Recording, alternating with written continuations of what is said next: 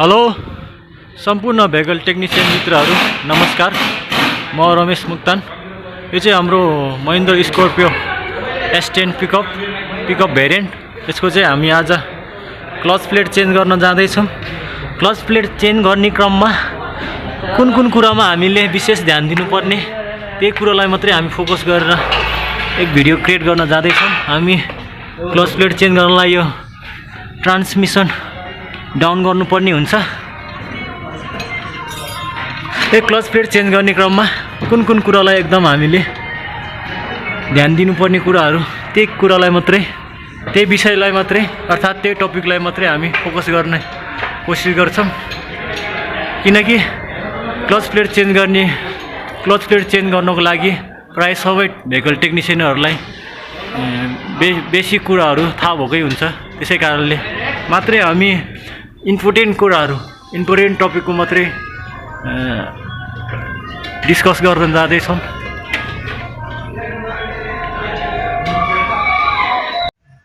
सर्वप्रथम हामीले गियरबक्स रिमुभ अर्थात् खोल्नुभन्दा अगाडि हामीले यो ब्याट्रीको टर्मिनल ठिक छ, ब्याट्रीको टर्मिनल यो छुटाउनु पर्ने हुन्छ। एउटा नेगेटिभ टर्मिनल छुटाइसकेपछि अर्को कुरा हामीले ध्यान दिनुपर्ने हाम्रो यो रेडिएटरको यो हाम्रो थर्मोस्टेट भल्भ लागेको छ। यो चाहिँ हाम्रो प्लास्टिकको हुन्छ, एकदमै कमजोर हुन्छ। त्यही कारणले गर्दाखेरि गियरबक्स रिमुभ गर्ने क्रममा जहिले पनि हामीले यो थर्मोस्टेट भल्भमा लागेको यो पाइपको यहाँको हुन्छ, यहाँनिर एउटा यो क्लिप यता सारिदिने। त्यसपछि यसलाई यसरी घुमाइदिइसकेपछि हामीले गियरबक्स झार्ने क्रममा यो इन्जिन हल्लिन सक्छ। इन्जिन हल्लिँदाखेरि यो उता तन्क्यो भने यो भाग उता तन्क्यो भने यो प्लास्टिकको यो एकदमै कमजोर हुन्छ। यो रेडिएटर यहाँबाट फुट्न सक्छ। त्यही कारणले गर्दाखेरि यति गरिसकेपछि हामीले यो पाइपको लक छुटाएर यो पाइपलाई यसरी लुज घुम्ने अथवा घुमाइदिइसकेपछि निकाल्नु पर्ने जरुरत छैन, किनकि निकालिसकेपछि कुलेन्ट टपअप गर्नुपर्ने हुन्छ, कुलेन्ट घट्छ। त्यही कारणले गर्दाखेरि यदि हाम्रो इन्जिन तान्ने क्रममा पनि यो लुज भइसकेपछि भनेको यो फुट्ने चान्स हुँदैन। मेन हामीले ध्यान दिनुपर्ने कुरा भनेको यो पनि हो। त्यसपछि हामी यो क्लच सिलिन्डरको यो रिलिज बेरिङ अर्थात् क्लच सिलिन्डरको पाइप छुटाउनलाई यो ब्लिडरमा लागेको यो पाइप एयर फाल्ने ब्लिडरमा लागेको लक छुटाउँछौँ यो पाइप छुटाउन लागि। त्यसको लागि हामीले यो लक छ नि, यसलाई नङले प्रेस गरी यता तानेपछि सजिलै आउँछ। यो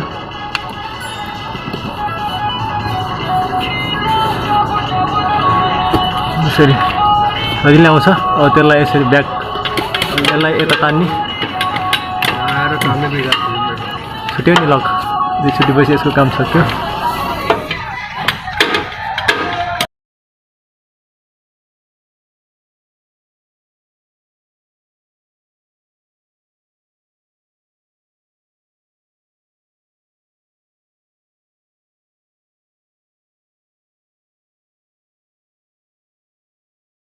हामीले फाइनली गियरबक्स रिमुभ गरिसकेका छौँ। अब हामी यो प्रेसर प्लेट खोलेर क्लच प्लेट रिमुभ गर्न जाँदैछौँ। हेरौँ क्लच प्लेटको कन्डिसन कस्तो छ। ल क्लच एकदमै हार्ड थियो हाम्रो, ट्र्याक्टरको जस्तै। यो रिलिज बेरिङ पनि फेर्छौँ हामी।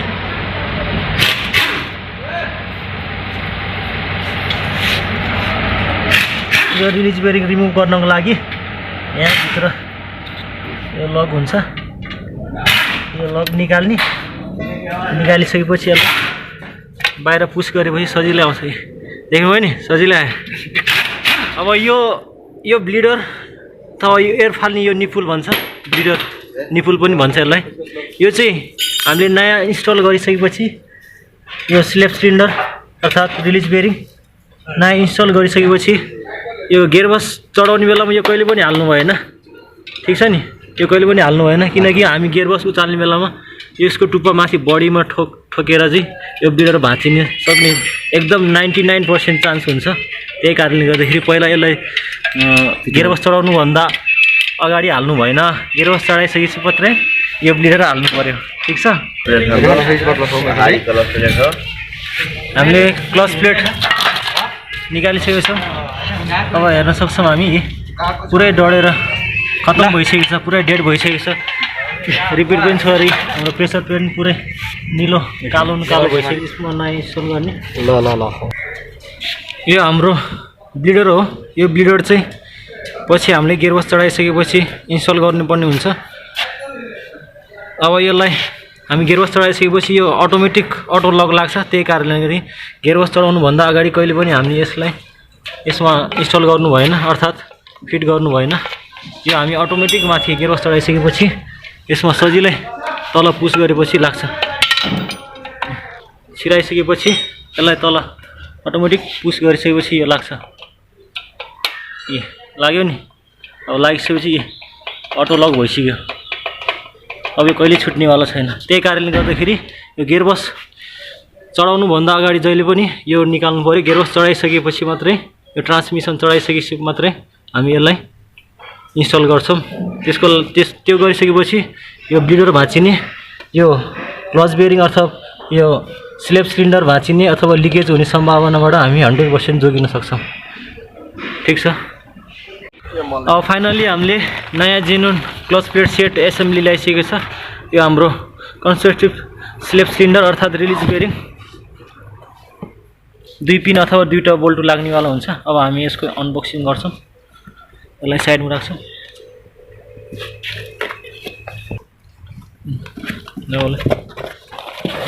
यो अनबक्सिङ गरिसकेको छौँ हामी। अब यसलाई निकाल्छौँ। यसको पार्ट नम्बर पनि देखाउँछौँ है। एउटै क्लच प्लेट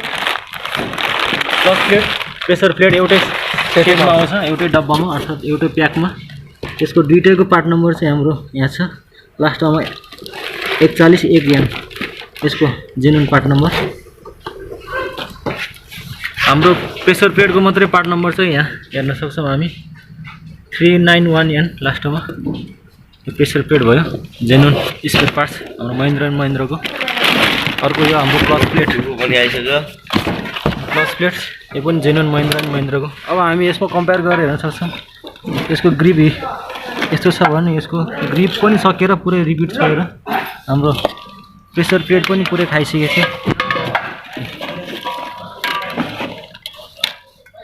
नयाँ क्लच प्लेट भयो। यो पुरानो क्लच प्लेट पुरा खत्तम भइसकेको छ। ठिक छ, हामी यसलाई अब गाडीमा फ्लाइव्हिलमा इन्स्टल गर्छौँ। त्यसपछि अर्को भिडियो हजुरलाई देखाउँछु। यसको पार्ट नम्बर, क्लच प्लेटको पार्ट नम्बर देखाउँछु हजुरले। 1581 यान लास्टमा। अनि यता लेखेको छ गियरबक्स साइड। जहिले पनि हामीले यो टुप्पा कसैको दुवैतिर यो हाम्रो इनपुट साफ्टमा लाग्ने ट्रान्समिसनको गियरबक्सको अर्थात् गियरबक्सको इनपुट साफ्टमा लाग्ने यो टुप्पा दुईतिरै यो टुप्पाको हाइट दुईतिरै बराबर छ यसको। ठिक छ नि, दुईतिरै बराबर छ। यसले गर्दाखेरि कतिपय टेक्निसियनहरू झुकिन सक्छ। त्यसै कारणले गर्दा यसमा चाहिँ हामीले यसमा हेर्नुपर्ने हुन्छ। क्लच प्लेटमा लेखेको हुन्छ यसमा चाहिँ गियरबक्स साइड भनेर लेखेको छ। कुनै क्लच प्लेटमा चाहिँ हाम्रो फ्लाइव्हिल साइड लेखेको हुन्छ। गियरबक्स साइड लेखेको छ भने गियरबक्स साइडै पार्ने फर्काउने। फ्लाइव्हिल साइड लेखेको छ भने फ्लाइव्हिल साइडतिर पारेर हामीले यो प्रेसर प्लेटसँग क्लच प्लेट इन्स्टल गर्नु पर्यो अर्थात् फिट गर्नु पर्यो। ठिक छ, हामी यो क्लच प्लेट फिट गर्न जाँदैछौँ। यो भयो हाम्रो ब्लिडर स्लेप सिलिन्डरको अर्थात् रिलिज बेरिङको ब्लिडर। ल हाम्रो ड्युल फ्लाइव्हिलवाला हो, dual spring flywheel. Pickup S10 भेरिएन्टमा ड्युल क्लच फ्लाइव्हिल आउँछ। हाम्रो पाइलट बेरिङ। अब हामी क्लच प्लेट इन्स्टल गर्न जाँदैछौँ।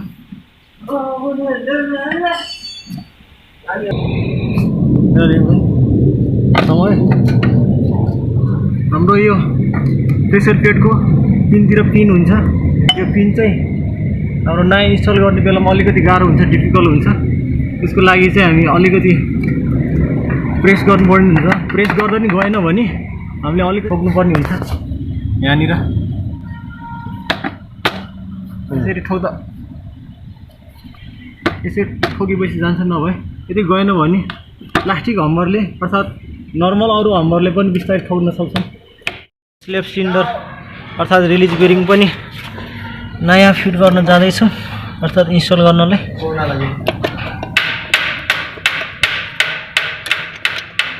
यसको दुईटा बोल्ट लगाउने।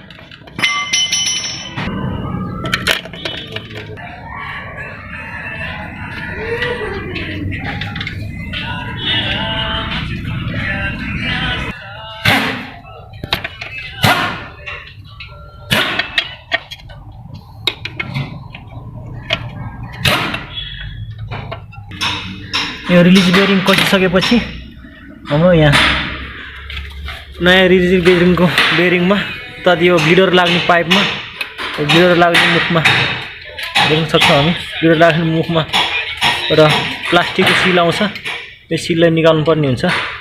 यदि झुकेर हामी ननिकालिकन फिट गऱ्यौँ भने पछि यो निकाल्न एकदमै क्रिटिकल हुन्छ। गेयरबक्ससम्म पनि झार्नु पर्ने कन्डिसन पनि हुनसक्छ। त्यो निकाल्नलाई कहिले पनि बिर्सिनु भएन यहाँको टुप्पाको। अब हामी यो गियरबक्स फिट गर्न अर्थात् चढाउनलाई रेडी छौँ। अब नयाँ हामीले यो क्लच सिलिन्डर फिट गरिसकेको छौँ र यो निपुल पनि निकालिसकेको छौँ। निपुलको यो माथिको सिल पनि निकालिसक्यो। अब त्यसको लागि हाम्रो यो ब्लिडर अर्थात् यो एयर फाल्ने क्लचको एयर फाल्ने ब्लिडर, यो ब्लिडर चाहिँ अहिले हामीले यसमा इन्स्टल गर्नु भएन कहिले पनि। जहिले पनि ध्यान दिनुपर्ने कुरा भनेको मेन इम्पोर्टेन्ट टपिक भनेकै मैले यसलाई फोकस गरेको हो।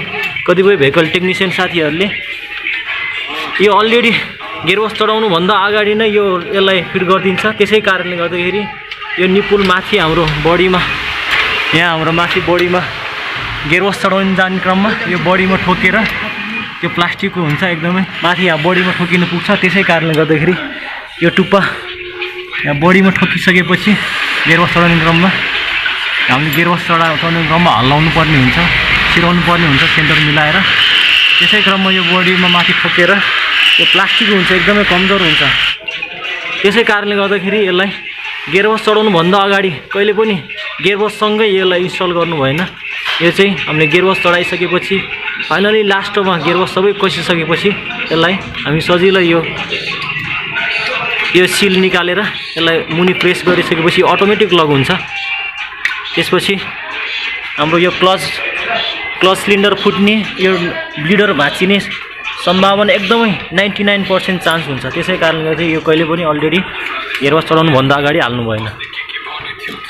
ल रह्यो अर्को कुरा, हामीले यो क्लच प्लेट सेट गर्ने क्रममा अथवा कस्ने क्रममा इन्स्टल गर्ने क्रममा चाहिँ हामीसँग प्राय सबैसँग चाहिँ यसको इनपुट साफ्ट अर्थात् यो टप साफ्ट हामीले सेन्टर मिलाउनको लागि टप साफ्ट सबैसँग एभाइलेबल हुँदैन। त्यही कारणले हामीले छामेरै यहाँबाट क्लच प्लेटको सेन्टर लिन सक्छौँ, मिलाउन सक्छौँ।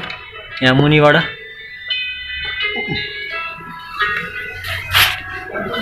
यसको चारैतिरबाट हामी यसरी छामेर क्लच प्लेटको सेन्टर मिलाउन सक्छौँ।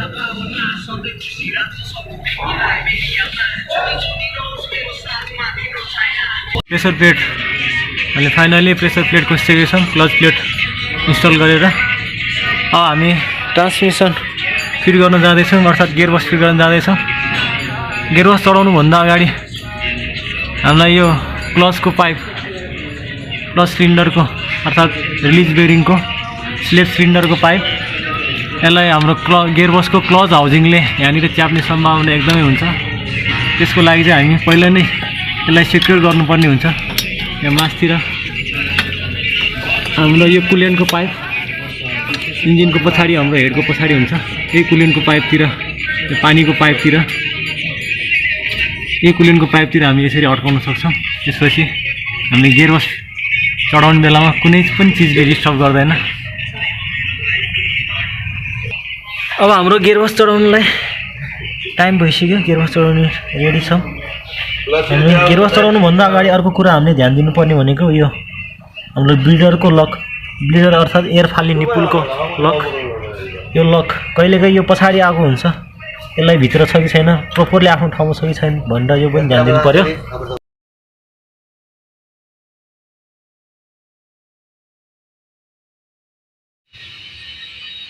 हामीले फाइनली गियरबक्स चाहिँ माथि चढाइसकेको छौँ। ट्रान्समिसन हामीले माथि चढाइसकेका छौँ। अब हामी यो क्लच सिलिन्डरको ब्लिडर अर्थात् निप्पल क्लचको एयर फाल्ने स्लेप सिलिन्डरको ब्लिडर चाहिँ अब यसलाई हामी गियरबक्स चढाइसके मात्रै इन्स्टल गर्नुपर्ने हुन्छ। अब हामी यसलाई इन्स्टल गर्न जाँदैछौँ। अब यसको सिल कभर फाल्यो, यसलाई यहाँबाट हामीले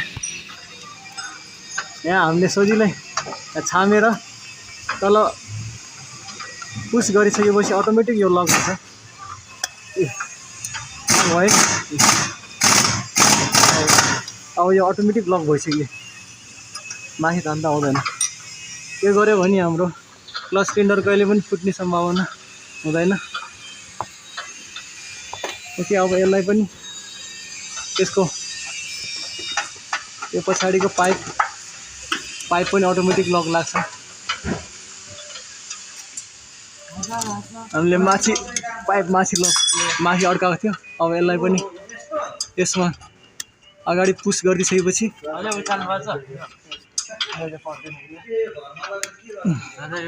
त्यसको नि लक लाग्यो, अटोमेटिक लाग्यो नि। अब यो बाहिर आउँदैन।